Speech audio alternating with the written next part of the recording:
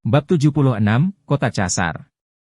Meski kelihatannya banyak, namun sangat sedikit yang bisa langsung diubah menjadi uang. Meskipun jagung dan buah minyak memiliki hasil tertinggi, namun tidak dapat langsung diubah menjadi uang. Tidak ada yang menginginkan jagung, namun tidak ada seorang pun yang menginginkan buah yang mengandung minyak sampai menjadi minyak. Terong dan kubis semuanya sayuran. Ketika Zhao Hai pertama kali menanamnya, dia hanya ingin meningkatkan hidupnya sehingga dia bisa memiliki 2 sayuran lagi di ruangnya yang tak terbatas. Dia takut tidak ada yang akan membeli 2 barang ini di daratan sekarang, dan keduanya tidak dapat diubah menjadi uang. Belum lagi gandum. Tidak hanya hasilnya yang rendah, tetapi juga perlu diolah untuk dimakan di daratan.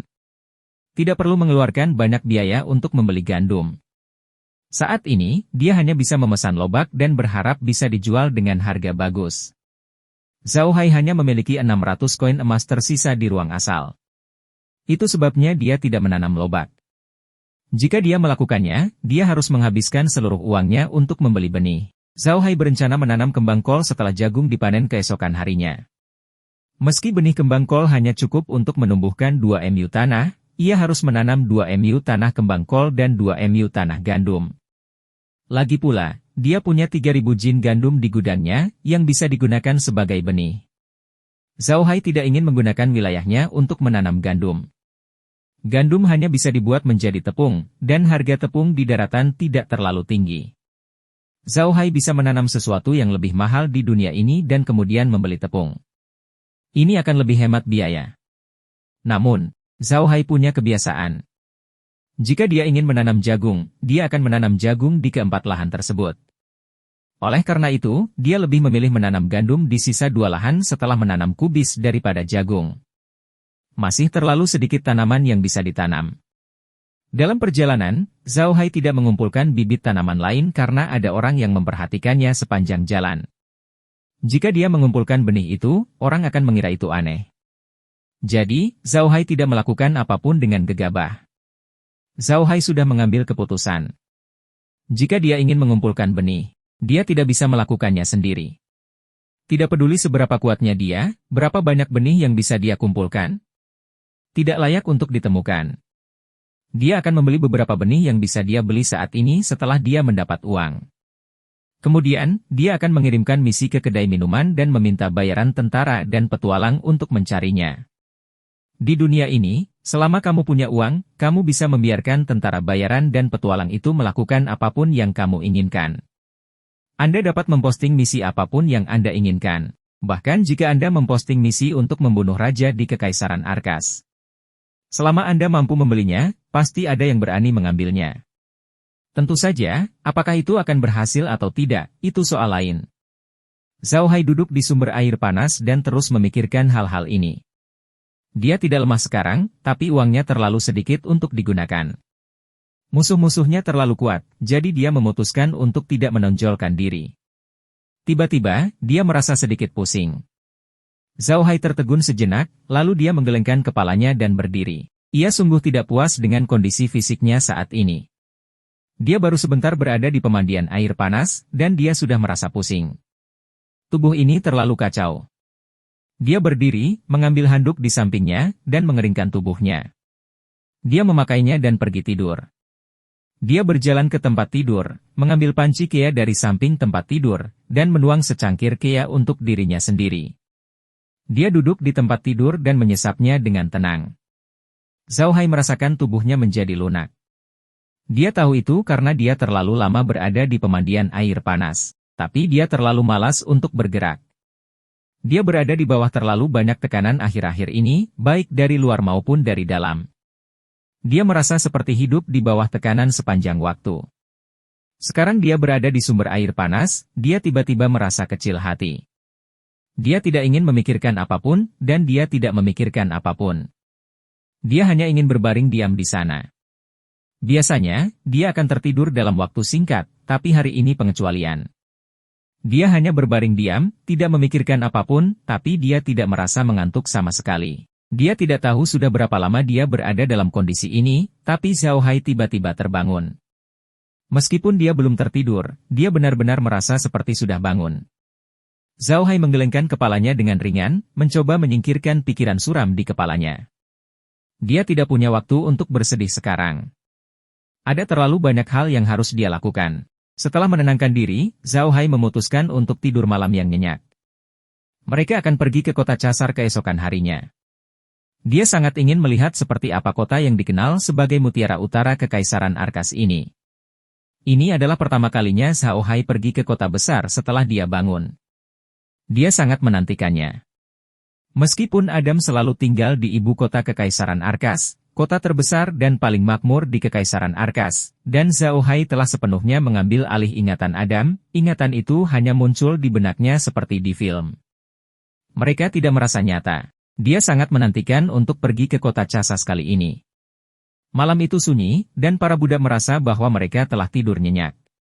Meski lingkungan di dalam ruangan lebih baik dibandingkan di luar, tidak ada angin dan suhu stabil, namun perasaan tidur di udara terbuka tetap membuat mereka merasa tidak nyaman. Keesokan paginya, semua orang bersemangat. Sebagian besar kamar memiliki sumber air panas, jadi para budak mandi dengan baik dan tidur nyenyak.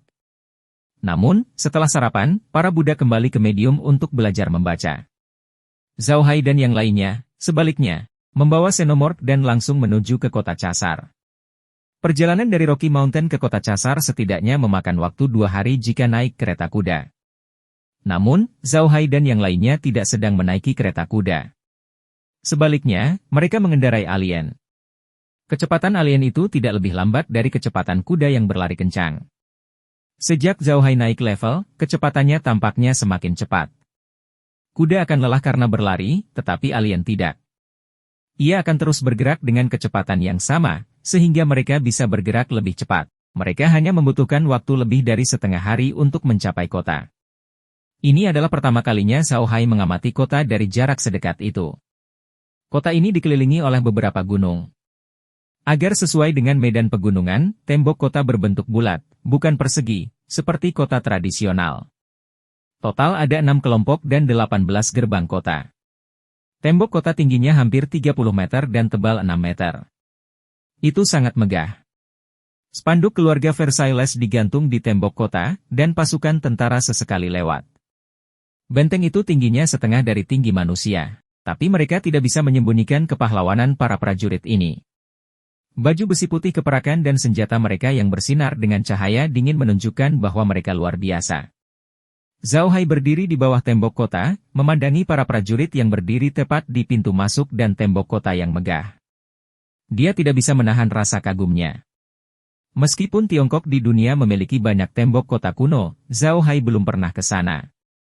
Kota minyak tempat dia berada adalah kota baru, dan mustahil memiliki tembok.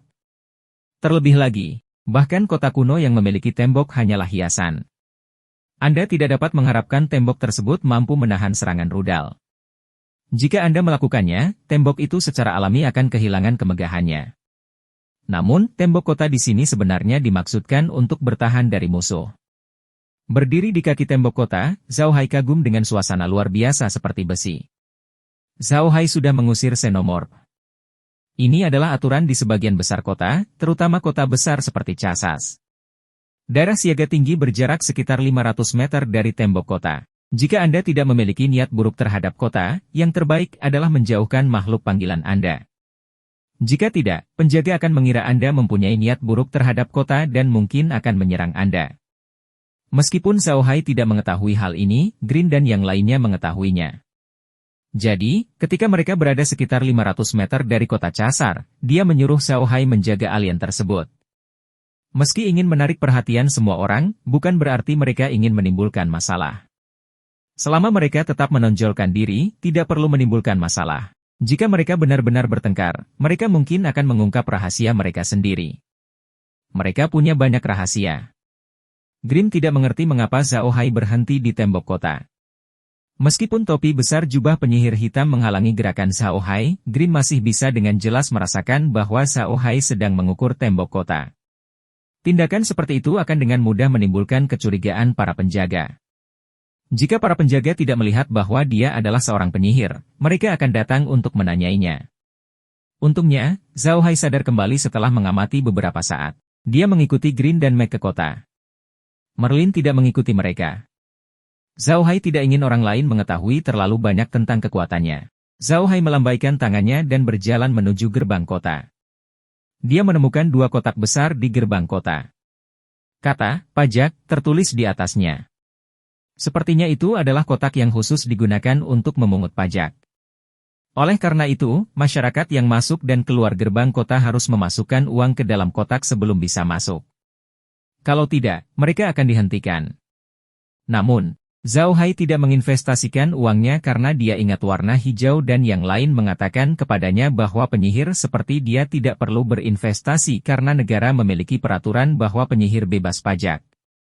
Tentu saja, bukan berarti memakai jubah ajaib bebas pajak. Anda harus mendaftar di persekutuan penyihir dan mendapatkan lencana penyihir sebelum Anda bisa bebas pajak. Tanpa lencana penyihir, Anda tidak dapat dikecualikan. Namun, Zhao Hai merupakan pengecualian. Meskipun dia tidak memiliki lencana penyihir, dia datang sebagai alien. Alien tersebut telah membuktikan identitasnya sebagai seorang penyihir. Jika penjaga masih berani menghentikannya, mereka terlalu buta. Ada banyak penyihir hitam di daratan, tetapi mereka tidak mau mendaftar di persekutuan penyihir. Namun, tidak ada yang berani berdandan sebagai penyihir hitam kecuali di benteng Montenegro, jadi tidak ada yang menghentikan orang yang mengenakan jubah penyihir hitam di kota-kota biasa, meskipun mereka tidak memiliki lencana. Din telah memperingatkan Zhao Hai tentang hal ini karena dia takut Zhao Hai tidak tahu seperti apa penyihir hitam itu. Jika Zhao Hai terlalu lembut, dia tidak akan menjadi penyihir hitam dan malah akan menimbulkan kecurigaan. Bab 77. Persekutuan Penyihir. Mereka mengobrol berjalan perlahan menuju kota. Benar saja, penjaga di gerbang kota tidak menghentikan mereka. Sebaliknya, mereka membungkuk kepada mereka. Ini membuat Zhao Hai mengerti bahwa di dunia ini, selama Anda memiliki kekuatan, Anda adalah bosnya. Mereka memasuki kota. Zhao Hai tercengang dengan pemandangan di depannya. Itu adalah jalan selebar 10 meter. Seluruh jalan penuh dengan pejalan kaki. Itu sangat meriah. Bahkan ada beberapa pedagang kecil yang membangun kios di pinggir jalan. Jelas sekali tidak ada petugas pengelola kota di sini. Semua orang berteriak-teriak tenaga. Dari waktu ke waktu, ada pejalan kaki yang berhenti untuk membeli sesuatu. Itu sangat meriah. Ada toko-toko di kedua sisi jalan. Kios-kios kecil ditempatkan di depan toko, dan pintu toko dibuka, membuatnya semakin semarak. Ada banyak jenis pejalan kaki di jalan. Kebanyakan dari mereka adalah orang-orang biasa yang mengenakan pakaian kain karung biasa, dan beberapa prajurit yang mengenakan helm kulit atau pakaian prajurit. Hampir tidak ada jubah ajaib di jalan. Saat ini, terdengar suara, "Tuan Magi yang terhormat, apakah Anda ingin menyewa mobil? Mobil saya nyaman dan murah, dan saya besar di Kota Kas, jadi saya tahu setiap jalan di Kota Kas. Saya dapat mengirim Anda kemanapun Anda mau." Zhao Hai dan yang lainnya melihat ke arah suara itu. Seorang pria berpakaian kusir berdiri 5 langkah di sebelah kiri mereka, memandang mereka sambil membungkuk. Di belakangnya ada sebuah kereta. Kereta itu sangat besar, ditarik oleh seekor kuda merah yang tinggi. Seluruh gerbong dicat hitam, dan terdapat pola yang sangat indah di atasnya. Zhao Hai tidak mengenalinya, tapi Grim mengenalinya. Meskipun kuda yang menarik kereta terlihat bagus, itu hanyalah binatang ajaib kelas 1 biasa, yang tidak sesuai dengan status Zhao Hai. Namun, meski mereka tidak cocok, tidak ada yang bisa mereka lakukan.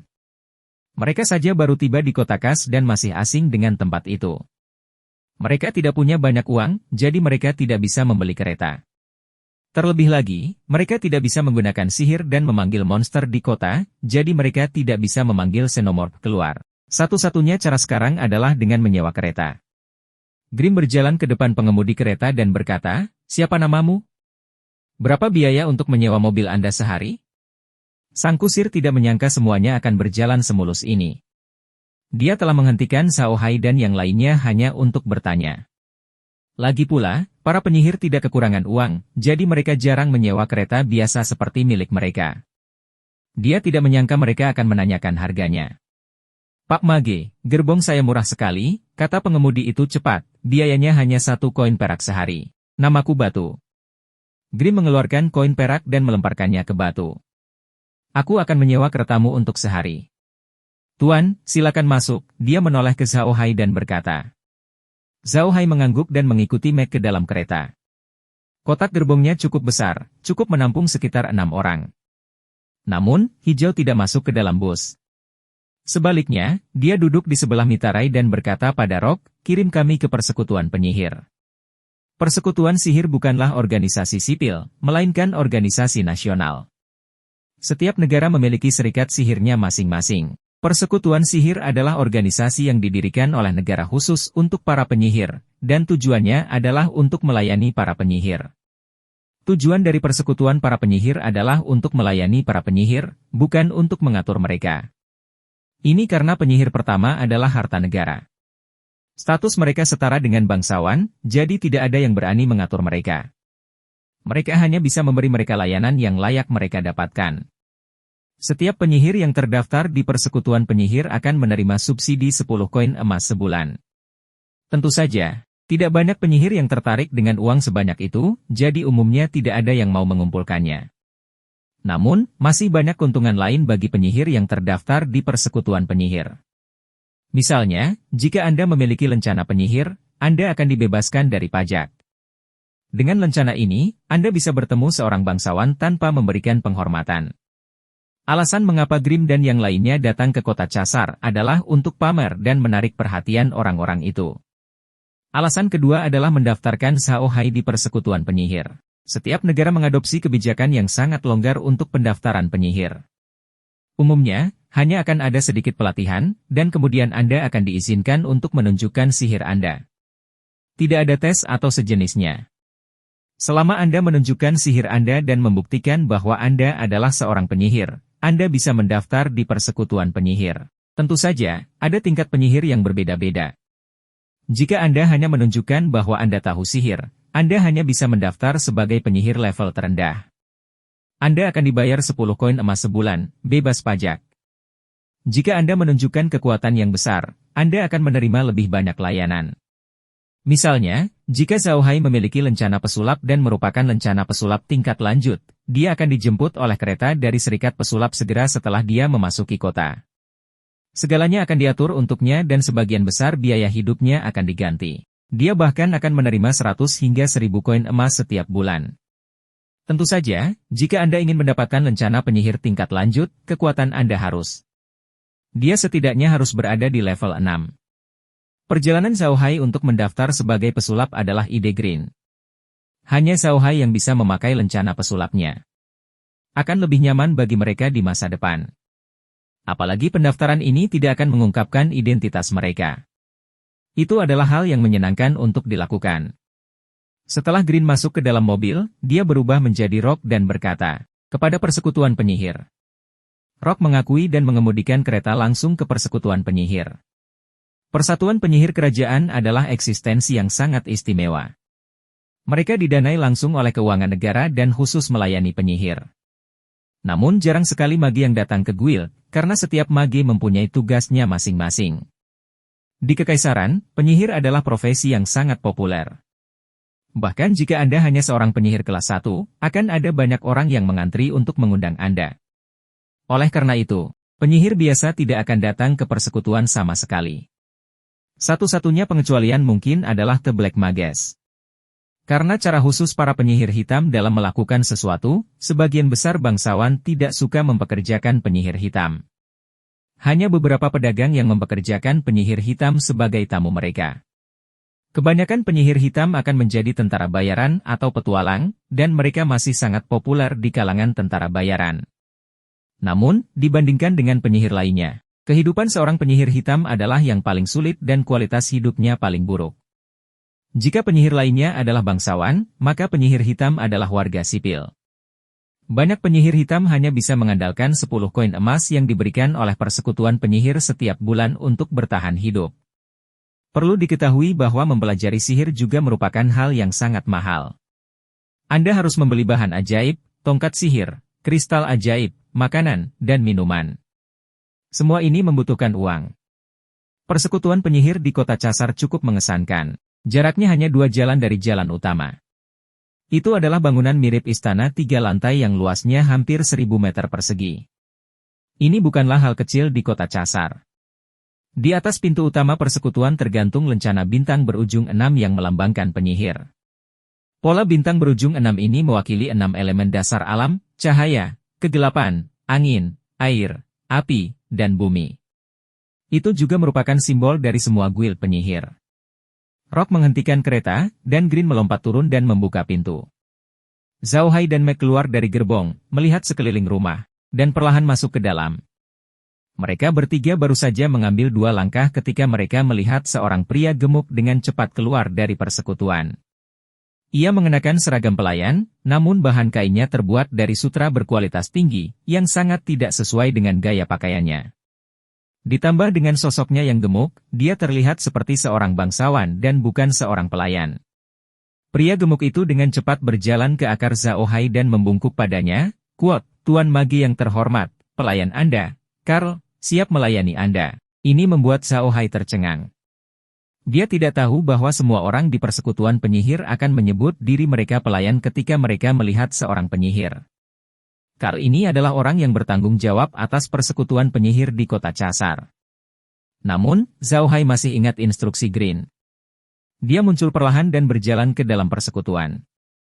Lantai pertama persekutuan jelas merupakan tempat peristirahatan. Itu dibagi menjadi 2 area. Satu area memiliki sofa dan meja kopi, dan area lainnya memiliki beberapa meja makan.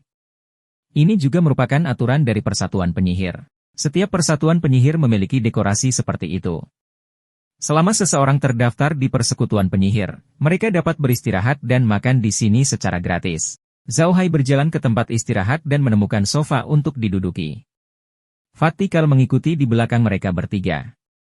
Begitu dia melihat Zhao Hai duduk, dia segera melambai ke beberapa pelayan yang berdiri di dekatnya. Salah satu dari mereka segera berlari ke dapur dan mengeluarkan sepanci kaya dan beberapa cangkir. Meletakkan cangkirnya, Karl menuangkan secangkir teh untuk Zhao Hai. Dia membungkuk dan berkata, "Tuan penyihir yang terhormat, apa yang bisa saya bantu?" Zhao Hai tidak menyentuh cangkir coklatnya, tetapi hanya duduk di sana dan melambai. "Tuan Karl," kata Clint segera, "Tuan kita ada di sini untuk mendaftar hari ini.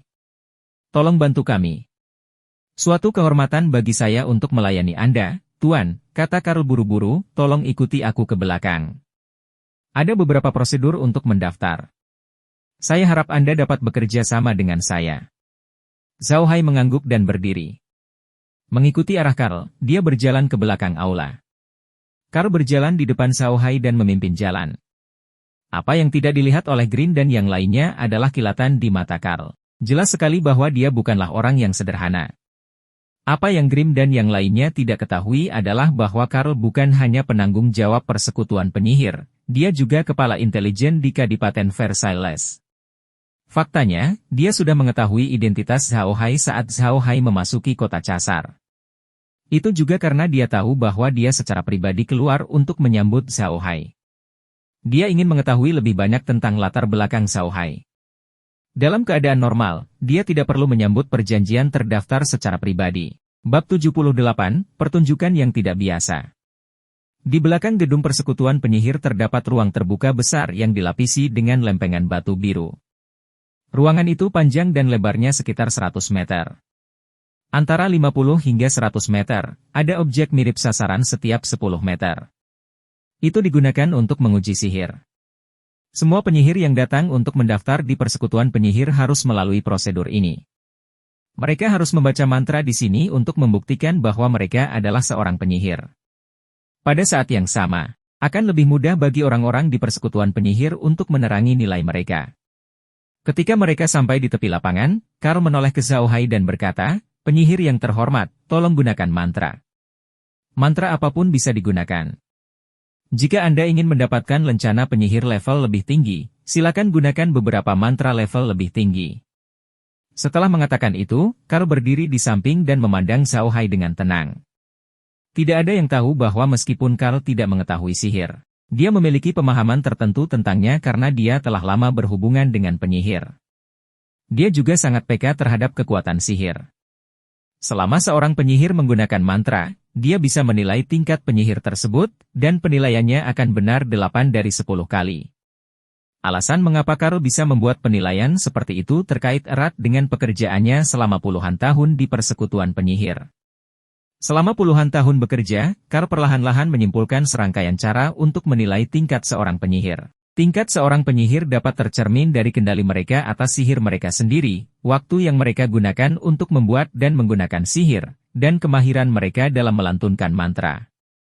Ada banyak penyihir yang kekuatan tempurnya tidak sebanding dengan levelnya, meskipun levelnya tidak rendah. Para penyihir ini tidak memiliki banyak pengalaman dalam pertempuran, sehingga mereka tidak memiliki cukup kemampuan untuk merespons dalam pertempuran. Ini bisa diukur dari waktu mereka menggunakan sihir dan kendali sihir mereka. Karena penilaiannya yang luar biasa, Carl mampu menjadi kepala persekutuan penyihir Kadipaten Versailles. Di negara besar seperti Arkas, ketua persekutuan penyihir biasanya adalah penyihir tingkat tinggi. Ketika Zhao Hai memasuki kota Casar, Carl sudah menerima berita itu. Ketika dia tahu bahwa Zhao Hai akan mendaftar di persekutuan penyihir, Carl segera memutuskan untuk menerima Zhao Hai secara pribadi. Dia ingin melihat pada level apa Zhao Hai berada. Harus diakui bahwa orang-orang di daratan memiliki kebencian dan firasat terhadap penyihir hitam, dan keluarga Versailles pun demikian.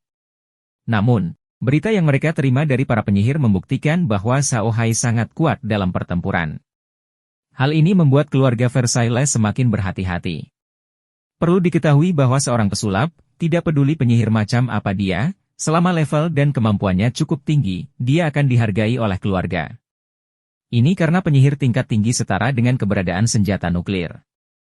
Seseorang belum tentu menggunakan senjata ini, karena tujuan utamanya adalah untuk menghalangi musuh. Jika ada penyihir lain dari daratan yang datang ke Kadipaten Versailles, klan Versailles pasti akan menyambut mereka dengan hangat. Bahkan jika mereka tidak bisa menarik penyihir itu ke dalam klan mereka, setidaknya mereka akan mencoba menjalin hubungan persahabatan dengannya. Namun, keluarga Versailles mengambil sikap yang sangat tenang terhadap Zhao Hai. Mereka tidak mendekatinya, juga tidak menyinggung perasaannya. Bahkan jika Zhao Hai sangat kuat, mereka tidak akan mendekatinya tanpa mengetahui detailnya. Ada prinsip dalam menggunakan orang dalam keluarga besar. Mereka menempatkan kemampuan di urutan kedua dan kesetiaan di urutan pertama. Ada banyak talenta di dunia, tapi hanya sedikit yang setia. Tidak peduli seberapa kuatnya Anda, jika Anda selalu memberontak, tidak ada yang berani menggunakan Anda. Keluarga Versailles juga seperti ini. Bahkan jika Anda adalah penyihir level 8, selama Anda tidak cukup setia, mereka tidak akan memanfaatkan Anda. Mereka lebih suka menemukan dua penyihir tingkat 7 yang setia. Dia tidak menginginkan penyihir kelas 8 yang tidak loyal. Identitas Zhao Hai masih dirahasiakan. Tidak ada seorang pun yang mengetahui apapun tentang dia, dan seolah-olah dia tiba-tiba muncul entah dari mana. Hal ini menyulitkan keluarga Versailles untuk mengikatnya. Klan Versailles berkembang dengan sangat baik dan sangat stabil. Meskipun kekuatan Zhao Hai akan membawa perkembangan baru pada klan jika dia bergabung dengan mereka, latar belakang misterius Zhao Hai selalu menjadi duri di sisi klan Versailles. Klan Versailles menyukai kekuatan Zhao Hai, tetapi mereka juga takut Zhao Hai akan menjadi faktor yang tidak stabil dalam klan. Keluarga Versailles telah mendirikan kadipaten mereka sendiri. Mereka tidak suka mengambil risiko, apalagi jika menyangkut faktor yang tidak stabil. Oleh karena itu, mereka menangani masalah Zhao Hai dengan sikap dingin. Meskipun mereka harus memperlakukan Zhao Hai dengan dingin, mereka tetap harus mengawasinya. Bagaimanapun, Zhao Hai sudah berada di kota Casar.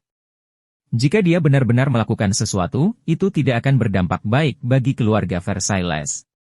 Zhao Hai tidak terlalu memikirkannya. Dia benar-benar kekurangan uang sekarang. Saat dia mendaftar di persekutuan penyihir, dia telah mendapatkan 10 koin emas. Penghasilan ini mungkin tidak berarti bagi penyihir lain, tapi itu sangat penting bagi Zhao Hai. Saat ini, koin emas seluruh keluarga Buddha bahkan tidak bernilai 50 koin emas. Ini setara dengan dia memiliki 1/5 kekayaannya. Tentu saja, Zhao Hai tidak ingin orang lain mengetahui seberapa kuat dia untuk mendapatkan lencana penyihir tingkat lanjut. Dia bisa melakukan itu sekarang. Selama dia melepaskan semua makhluk undead yang dia kumpulkan, dia bisa mendapatkan lencana penyihir tingkat lanjut. Namun, itu terlalu menonjolkan diri dan tidak sesuai dengan kepribadiannya. Zhao Hai tidak membuang waktu. Dia juga tidak tahu cara mengucapkannya. Dia hanya memegang tongkat sihirnya dan berhenti sejenak. Xenomorph muncul di sampingnya. Zhao Hai tidak memanggil terlalu banyak makhluk undead. Dia hanya ingin membuktikan bahwa dia tahu sihir. Meskipun dia menggunakan sihir palsu, dia yakin tidak ada seorang pun di dunia ini yang tahu. Mata Karl membelalak saat melihat para xenomorph. Dia telah bekerja di persekutuan penyihir selama beberapa dekade dan telah melihat banyak penyihir yang merapal mantra. Ada yang cantik, ada yang jelek, ada yang panjang, dan ada yang pendek. Namun, dia belum pernah melihat mantra yang diucapkan dalam waktu sesingkat ini seperti milik Zhao Hai. Dia telah menyelesaikan mantranya hanya dengan menghentikan tongkatnya sejenak. Bukankah ini terlalu berlebihan? Zhao Hai dengan lembut menyentuh alien itu, tapi itu seperti anak anjing yang disentuh oleh pemiliknya. Ia mengibaskan ekornya dengan liar dan hampir menabrak Karl. Karl sangat ketakutan sehingga dia segera mundur beberapa langkah. Melihat ini, Zhao Hai tidak mengatakan apa-apa dan menyimpan alien itu. Karl masih sedikit bingung ketika Green berkata, "Apakah tuan kita lulus ujian?" Karl kembali sadar dan dengan cepat berkata, "Anda telah lulus, Tuan Mage. Silahkan lewat sini." Kemudian, dia memimpin Zhao Hai dan yang lainnya kembali ke tempat istirahat. Ketika Zhao Hai dan yang lainnya duduk di tempat istirahat, Karl segera minta diri dan melarikan diri. Setelah beberapa saat, dia kembali dengan membawa formulir dan meletakkannya di atas meja di depan Zhao Hai. Dia berkata kepada Zhao Hai, "Tuan penyihir yang terhormat, ini sebuah formulir. Selama Anda mengisi formulir ini, semua prosedur akan selesai. Silakan." Zhao Hai mengambil formulir dan melihatnya dengan cermat. Dia menemukan bahwa itu sangat sederhana. Hanya ada beberapa kolom kosong seperti nama, umur, dan jenis kelamin. Zhao Hai mengangguk dan melemparkan formulir itu ke Mac.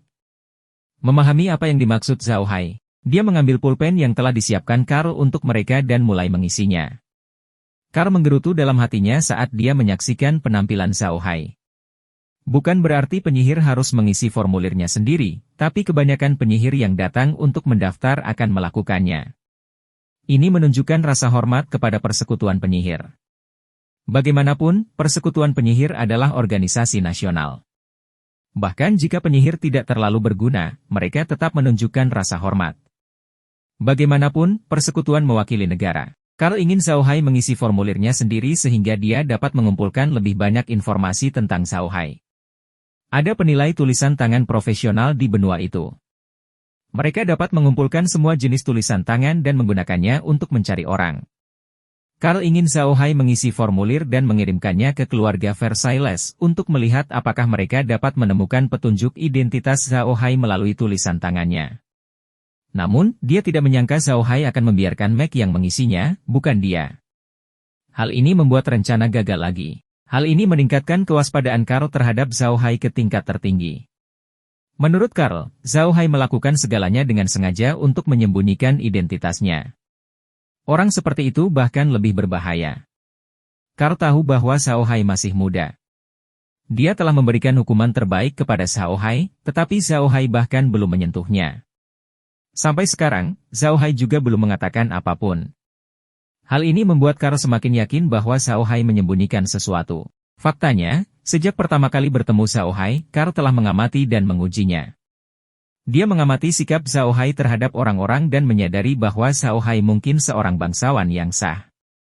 Dia memberi Zhao Hai secangkir kea untuk melihat seperti apa rupa Zhao Hai.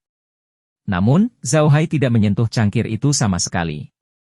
Dalam rencana untuk menolak pelanggan, Zhao Hai tidak mengucapkan kata pun, jadi dia tidak bisa mendengar suara Zhao Hai dan tidak bisa membuat penilaian lain. Apalagi dia harus formulir isian sekarang. Semua ini jika digabungkan telah meninggalkan kesan mendalam pada Karl. Dia merasa Zhao Hai pasti orang terkenal di benua itu, tapi reputasinya pasti tidak bagus. Oleh karena itu, dia berusaha sekuat tenaga untuk menyembunyikan identitasnya. Tapi apa identitas sebenarnya Zhao Hai? Karl benar-benar tidak bisa memikirkan apapun. Bab 79, Racun. Zhao Hai melihat lencana di tangannya. Itu bukanlah lencana penyihir tingkat rendah biasa, tapi lencana penyihir tingkat menengah. Lencana ini secara pribadi diserahkan kepadanya oleh Karl, bersama dengan 100 koin emas. Zhao Hai, Hijau, dan yang lainnya tidak menyangka Karl akan memberi mereka penilaian setinggi itu. Bagaimanapun, Zhao Hai hanya memanggil xenomorph dan tidak menggunakan sihir apapun. Selain itu, mereka hanya mengincar lencana penyihir tingkat rendah, bukan lencana penyihir tingkat menengah. Namun juga, 100 koin emas ini telah memenuhi kebutuhan mendesak mereka. Mereka akhirnya memiliki lebih dari 100 koin emas di tangan mereka. Namun, 100 koin emas ini hanya bisa membuat tangan mereka sedikit kendor. Itu tidak akan banyak berguna bagi perkembangan keluarga Buddha. Koin emas sudah disimpan oleh Grimm. Sejujurnya, Grimm sekarang memiliki keyakinan di dalam hatinya. 100 koin emas ini tidak memungkinkan keluarga Buddha berkembang, tapi bisa membuat mereka bertahan sampai Laura kembali ke Kasa City. Mereka bertiga berjalan ke sisi gerbong. Grimm memandang ke langit dan menoleh ke Zhao Hai. Pak, ayo pergi dan makan sesuatu. Kami akan pergi ke toko perusahaan perdagangan Marginder. Meskipun usaha utama perusahaan dagang tukang mesin adalah segala jenis bahan hidup, namun mereka juga banyak terlibat dalam industri restoran dan hotel. Namun, toko tersebut berbeda dengan toko lain yang membeli material hidup. Toko-toko yang membeli bahan-bahan hidup umumnya mengambil jalur kelas bawah, sedangkan restoran dan hotel mengambil jalur kelas atas. Seseorang tidak dapat pergi tanpa beberapa koin emas untuk makan di sana. Orang harus tahu bahwa 1 koin emas cukup bagi warga sipil biasa untuk hidup lebih dari sebulan. Zhao Hai mengangguk dan masuk ke mobil tanpa mengucapkan kata pun. Ini juga merupakan perintah Grimm agar dia berusaha untuk tidak bersuara ketika dia tiba di kota Kas. Rock mengemudikan mobil dan segera tiba di depan sebuah restoran. Restoran ini dianggap sebagai tempat yang sangat berkelas di kota Casar. Itu 1 lantai lebih tinggi dari persekutuan penyihir. Sebuah bangunan berlantai 4 tidaklah pendek di sini. Begitu kereta berhenti, seorang pria berbaju kulit datang. Armor kulit pria itu sangat indah, bahkan lebih indah dari yang dibeli Grimm. Bagian luar pelindung kulitnya dicat dengan lapisan cat reflektif biru, yang membuatnya tampak berkilau. Ini adalah seragam keamanan restoran Marginder. Pria itu berjalan ke depan bangku dan membungkuk sedikit. Yang terhormat, gerbong seperti itu tidak boleh berhenti di sini. Silakan ikuti saya. Grimm mengabaikannya dan lari dari kereta. Dia membuka pintu dan mengundang Zhao Hai dan Mac keluar. Mereka bertiga masuk ke dalam restoran dan meminta Rock untuk memarkir mobilnya bersama satpam. Mereka bertiga berjalan menuju pintu masuk restoran. Segera 2 gadis cantik berpakaian pelayan datang menghampiri mereka. Keduanya membungkuk kepada Zhao Hai dan berkata, "Selamat datang di toko. Tuan Magi yang terhormat, apakah Anda punya janji?" Zhao Hai tidak mengatakan apa-apa, tetapi Grimm mengeluarkan medali emas dan menyerahkannya. Salah satu dari 2 gadis itu mengambil medali emas itu dan melihatnya dengan cermat, lalu mengembalikannya ke warna hijau.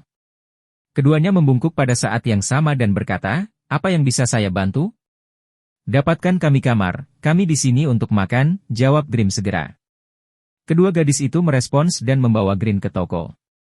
Kedua gadis itu telah mengatur kamar untuk mereka di lantai 3. Tidak banyak ruangan di lantai 3, dan setiap ruangan terlihat cukup besar. Zhao Hai dan yang lainnya hanya di sini untuk makan agar yang lain tahu bahwa mereka ada di sini. Oleh karena itu, mereka tidak memilih apapun dan hanya menemukan kamar secara acak dan masuk. Grimm tidak meminta sesuatu yang terlalu bagus. Dia hanya memesan 2 hidangan dan 1 sup. Setelah beberapa perhitungan, dia memperkirakan barang yang dia minta akan berharga sekitar 10 koin emas. Jika dia membuatnya sendiri, harga bahannya tidak akan melebihi 1 koin emas. Itu adalah keuntungan yang sangat besar. Usai memesan, pelayan langsung membawakan sepanci kea. Namun, Zhao Hai tidak menyentuhnya. Dia menunggu sampai semua hidangan disajikan dan Grimm menutup pintu. Saat itulah Zhao Hai melepas topinya dan menghela nafas panjang. "Saya tercekik. Jika aku terus memakai pakaian ini, aku akan benar-benar mati." "Ini sangat berat bagimu," kata Grimm sambil tersenyum. "Kamu tidak dapat berbicara atau makan. Ini pasti berat bagimu." Zhao Hai tertawa. "Tapi itu sepadan. Apapun yang terjadi, kami mendapat 100 koin emas gratis hari ini." "Oh iya, kakek hijau, ayo kita beli daging nanti. Ini akan meningkatkan kehidupan para budak." Grimm tersenyum dan berkata, "Jangan khawatir. Meskipun kami memiliki lebih dari 100 koin emas di tangan kami tidak tahu kapan Laura akan kembali. Jika dia tidak kembali, kita tidak akan bisa mengubah uang kita menjadi uang. Kita harus menghemat uang ini." Zhao Hai mengangguk tanpa daya. Dia menyadari bahwa itu benar. Dia baru saja menerima 100 koin emas secara gratis. Dia sedikit terlalu bersemangat. Jika dia benar-benar menghabiskan 100 koin emas dengan bebas, dia takut koin itu akan habis dalam waktu kurang dari 1 jam di tempat seperti kota Casar. Meg menuangkan secangkir coklat untuk Zhao Hai dan meletakkannya di depannya. Tuan muda, minumlah secangkir coklat. Zhao Hai mengangguk dan mengambil cangkirnya, kalian juga harus meminumnya. Megir menuangkan secangkir lagi untuk Gelin, dan Zhao Hai mengambil cangkir itu dan menyesapnya. Namun, begitu dia menyesap kerajaan segera mengirimkan pemberitahuan, zat beracun telah terdeteksi memasuki tubuh inang. Buka program perlindungan host, ekstrak racunnya, dan analisis racunnya. Racun tersebut merupakan racun saraf yang bekerja lambat dan menyebabkan kerusakan serius pada sistem saraf manusia. Perkiraan waktu serangan adalah 3 jam. Menghasilkan penawarnya. Ketika penawarnya sudah selesai, tambahkan ke dalam air luar angkasa. Racun tersebut akan memperkuat kekuatan serangan objek tipe robot. Zhao Hai terkejut. Dia segera meletakkan cangkir di tangannya. Ketika dia melihat hijau itu hendak diminum dari cangkir, Zhao Hai berkata, berhenti, kakek Green. Ada racun di dalam cangkir. Clint tertegun sejenak sebelum ekspresinya berubah. Dia segera meletakkan cangkir itu di atas meja dan segera berjalan menuju pintu. Dia membuka pintu dan melihat keluar. Ketika dia tidak melihat siapapun, dia menutup pintu dan kembali ke meja. Dia berkata kepada Zhao Hai, Tuan muda, apakah kali ini benar-benar beracun? Zhao Hai mengangguk. Ya, itu racun yang bekerja lambat. Tapi jangan khawatir, kakek Green. Air luar angkasa bisa menyembuhkan racun ini. Jangan khawatir. Gerlin mengangguk lalu mengerutkan kening. Siapa yang mau berurusan dengan kami? Mungkinkah orang-orang dari perusahaan perdagangan Magik Dare? Jika bukan seseorang dari perusahaan dagangnya, mustahil seseorang bisa meracuni Koyali tokonya. Tapi kenapa mereka menyerang kita? NBSP, Zhao Hai juga mengerutkan kening. Keracunan hari ini agak aneh. Sebenarnya, keluarga Makidere tidak punya alasan untuk berurusan dengan mereka, dan mereka bahkan membantu mereka. Tapi kalau bukan keluarga Makidere, siapa lagi? Tuan muda, kakek, bukankah kita sudah mengatakan sebelumnya bahwa serangan terhadap para penyihir kali ini mungkin disebabkan oleh konflik internal mereka? Apakah menurut Anda keracunan ini juga disebabkan oleh ini? Zhao Hai dan Green sama-sama tercengang. Mereka tidak memikirkan hal ini sebelumnya, tapi sepertinya itu benar. Green mengangguk dan berkata, kemungkinan besar medali emas yang kita raih pasti menjadi hal yang sangat penting bagi para pesulap. Kalau tidak, Laura tidak akan menggunakannya untuk berterima kasih kepada kami karena telah menyelamatkan hidupnya. Biasanya penanggung jawab toko akan keluar menemui pelanggan yang mengambil barang penting tersebut, namun hingga saat ini penanggung jawab toko belum muncul. Pasti ada sesuatu yang salah. Zhao Hai mengerutkan alisnya dan berkata, tampaknya Laura dan yang lainnya berada pada posisi yang dirugikan dalam pergulatan internal para penyihir ini. Mereka telah ditentang. Pertama, mereka melaporkan berita tersebut kepada tentara bayaran abadi, berharap tentara bayaran abadi akan menghancurkan Laura. Kemudian, mereka akan mengirim orang untuk mengambil alih kekuasaan Laura dan yang lainnya. Menurutku Laura dan yang lainnya bukan lagi orang yang mengambil keputusan di toko ini. Saya khawatir orang lain telah mengambil alih. Tuan muda, saya pikir kita sebaiknya tidak makan. Ayo segera pergi. Zhao Hai tersenyum dan berkata, ya, mengapa tidak? Makanannya sudah ada di sini. Saya ingin melihat apakah mereka meracuni makanan. Jika mereka benar-benar berani melakukan itu, saya akan membakar restorannya hari ini. Zhao Hai sedikit marah hari ini. Meskipun dia seorang yang tertutup, penakut, dan selalu bersikap rendah hati di benua Bahtera, bukan berarti dia tidak marah. Bahkan manusia tanah liat pun punya kotoran di tubuhnya. Selain itu, amarah Zhao Hai tidak jauh lebih baik. Orang jujur tidak mudah marah. Jika orang jujur terprovokasi, mereka akan melakukan apa saja.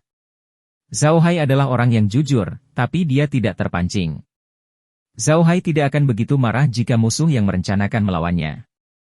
Jika musuhmu tidak berkomplot melawanmu, apakah kamu akan tetap disebut musuh? Zhao Hai marah karena dia seharusnya tidak terlibat dalam perselisihan internal para penyihir. Meskipun mereka tidak yakin bahwa insiden keracunan itu disebabkan oleh perselisihan internal keluarga Makial, Zhao Hai telah memutuskan bahwa itu adalah ulah keluarga Makial. Bagaimana mungkin dia tidak marah? Jika Anda mengatakan ada perselisihan internal, biarkan saja. Apa hubungannya dengan saya? Saya kebetulan lewat dan memohon pada Laura untuk mengampuni nyawa saya. Dan itu karena aku mengincar tentara bayaran abadi dan ingin membawa mereka ke bawah sayapku. Apa hubungannya itu denganmu? Anda ingin meracuni saya sampai mati hanya karena ini? Bukankah kamu bertindak terlalu jauh? Zhao Hai berpikir dalam hati.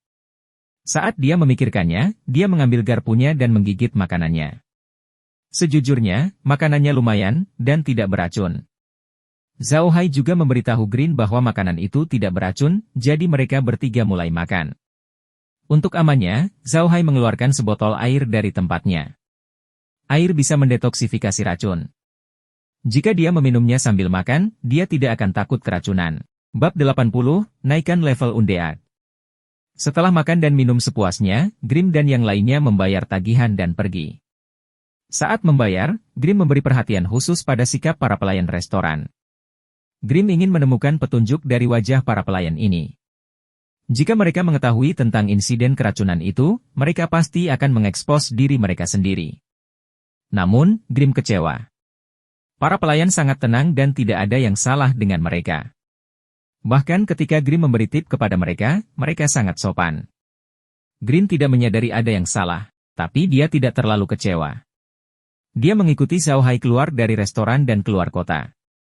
Mereka sudah menyelesaikan urusannya di kota, jadi tidak ada gunanya tinggal lebih lama lagi.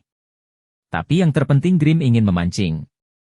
Mereka percaya bahwa orang yang meracuni mereka pasti akan melihat hasilnya. Perlu diketahui bahwa meracuni seorang penyihir hitam sendiri merupakan hal yang sangat berbahaya karena seorang penyihir hitam pada umumnya ahli dalam bidang racun. Racun biasa tidak akan efektif terhadap mereka. Karena itulah Grim dan yang lainnya percaya bahwa pihak lain akan datang untuk melihat apakah mereka diracuni. Jika mereka berada di kota, mereka tidak akan bisa berbuat apa-apa.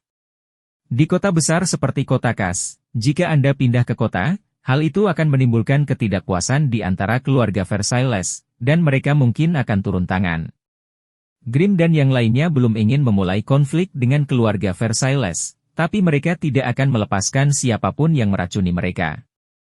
Begitu mereka keluar kota, Zhao Hai dan yang lainnya segera melepaskan alien tersebut dan mengangkutnya ke Rocky Mountain. Tinggal kurang dari 2 jam lagi sebelum racun itu mulai bekerja. Zhao Hai telah dengan hati-hati menghitung waktu, mengendalikan kecepatan gerak alien. Dia ingin alien itu memasuki pegunungan dan kemudian berpura-pura diracun.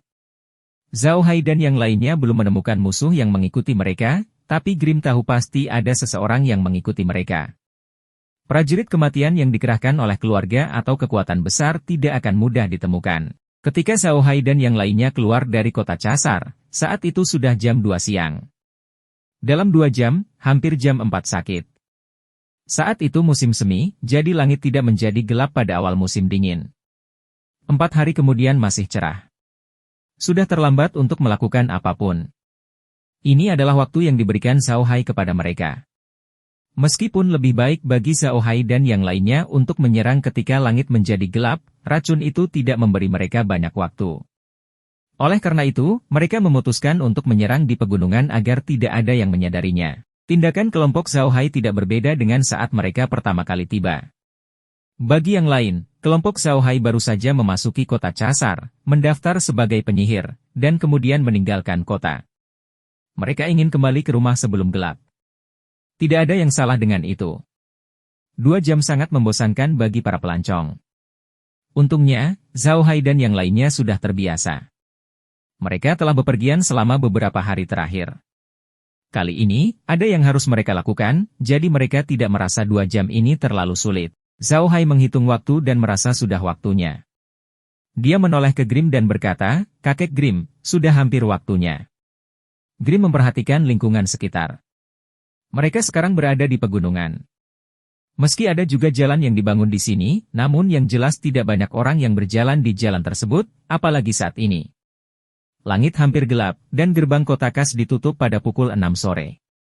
Saat ini, tidak ada seorang pun yang akan bergegas ke kota Kas, karena waktu untuk memasuki kota sudah lewat. Baiklah, ayo kita lakukan. Zhao Hai mengangguk dan mengendalikan alien itu untuk melambat sedikit demi sedikit. Lalu, dia mengusir alien itu. Beberapa dari mereka jatuh ke tanah, tidak bergerak, seolah-olah pingsan. Mereka bertiga telah terbaring di tanah selama lebih dari setengah jam tanpa ada gerakan apapun. Namun, Zhao Hai dan yang lainnya sudah menduga hal ini, jadi mereka bertiga tidak bergerak dan hanya berbaring diam di sana. Untung saja cuaca saat ini tidak dingin, dan tempat mereka berbaring juga ditumbuhi rumput liar, sehingga mereka tidak merasa kedinginan. Namun, berbaring saja seperti ini memang sangat tidak nyaman. Mereka bertiga tergeletak di tanah selama lebih dari 1 jam. Saat mereka hendak menyerah, akhirnya ada beberapa gerakan. Grim mendengar serangkaian langkah kaki ringan menuju ke arah mereka. Meskipun pendengaran Zhao Hai tidak sebaik Green, dia masih bisa menggunakan kamera pengintai di ruang angkasa. Zhao Hai sudah menyadari bahwa dia masih bisa menggunakan kamera di luar angkasa setelah dia meninggalkan ruangan. Itu muncul di hadapannya dalam bentuk proyeksi, sama seperti sebelumnya. Terlebih lagi, sejak dia naik ke level 6, jangkauan pengawasan kamera telah meningkat 10 meter. 10 meter bukan berarti bertambah 10 meter persegi, tapi diameter yang bisa dia pantau bertambah 10 meter. Dengan cara ini, jangkauan pengawasan Zhao Hai telah meningkat pesat. Pada saat ini, Zhao Hai memperhatikan ada seseorang yang mendekati mereka di layar. Benar, ketika seseorang berada sekitar 50 meter darinya, dia seharusnya bisa mendengar suara langkah kaki. Namun, Zhao Hai tidak mendengar suara apapun. Jika bukan karena kamera pengintai, Zhao Hai tidak akan menyadari ada seseorang yang mendekat. Dia mengendalikan kamera pengintai dan menunjuk ke titik hijau yang perlahan mendekat. Sesosok segera muncul di samping Zhao Hai dan yang lainnya. Pria itu sangat kurus. Dia berpakaian hitam dan memiliki lengan dan kaki yang panjang. Dia berjalan dengan hati-hati dan membawa pedang hitam tipis di punggungnya. Dia memiliki hidung kecil dan mata kecil.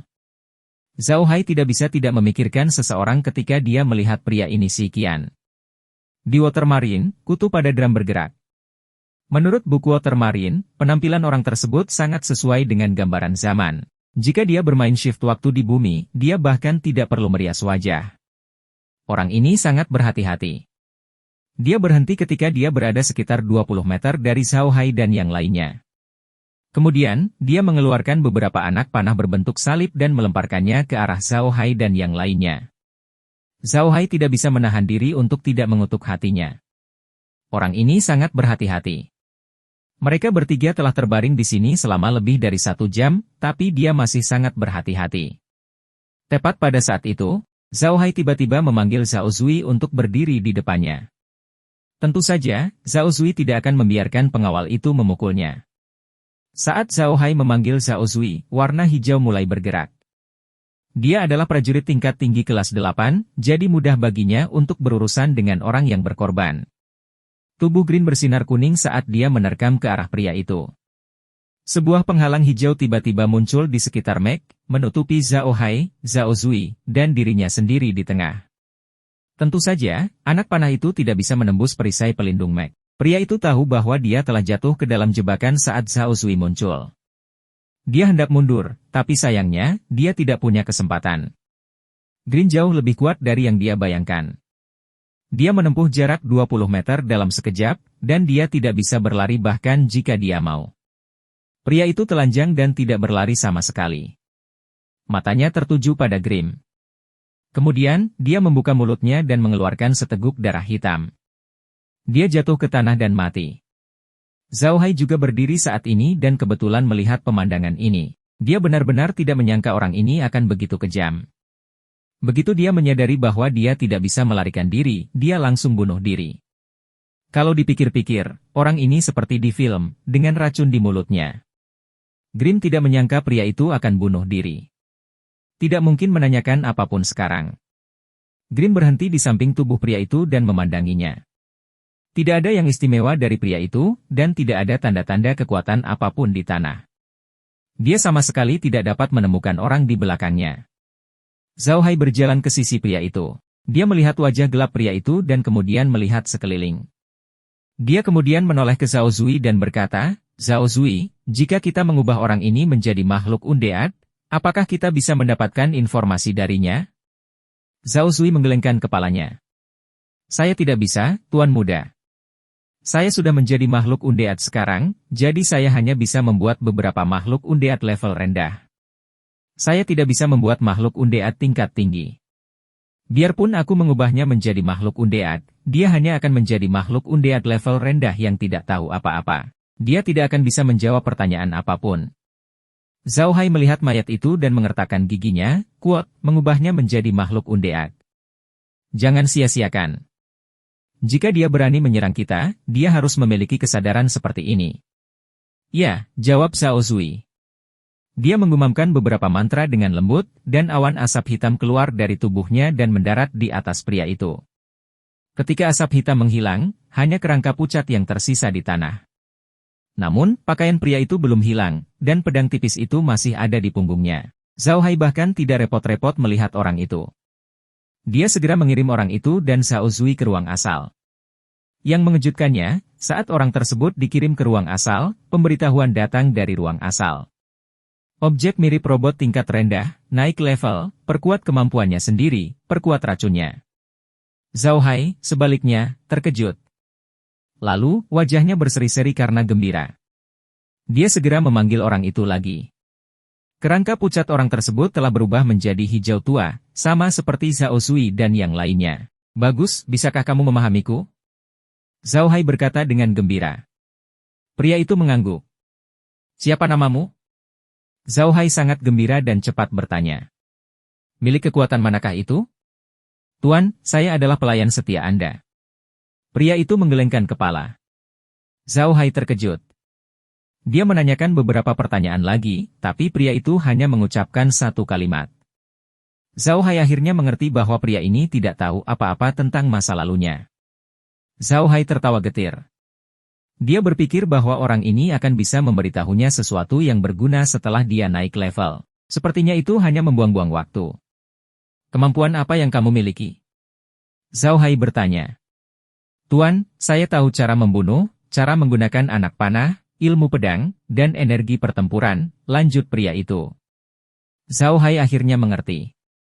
Orang ini adalah makhluk undead tingkat rendah yang disulap oleh Xiao Zui, jadi wajar jika dia tidak mengingat masa lalunya. Namun, peningkatan alam serupa dengan peningkatan alami makhluk undead. Dia dulunya adalah seorang pejuang kematian, dan dia masih akan menggunakan kemampuan seorang pejuang kematian setelah dia meningkatkannya. Zhao Hai mengangguk. Baiklah, kalau begitu kamu bisa memanggilku Tuan Muda mulai sekarang. Mulai hari ini dan seterusnya, Anda akan dipanggil Xiao Qian. Setelah mengatakan itu, dia mengembalikan pria itu ke tempatnya.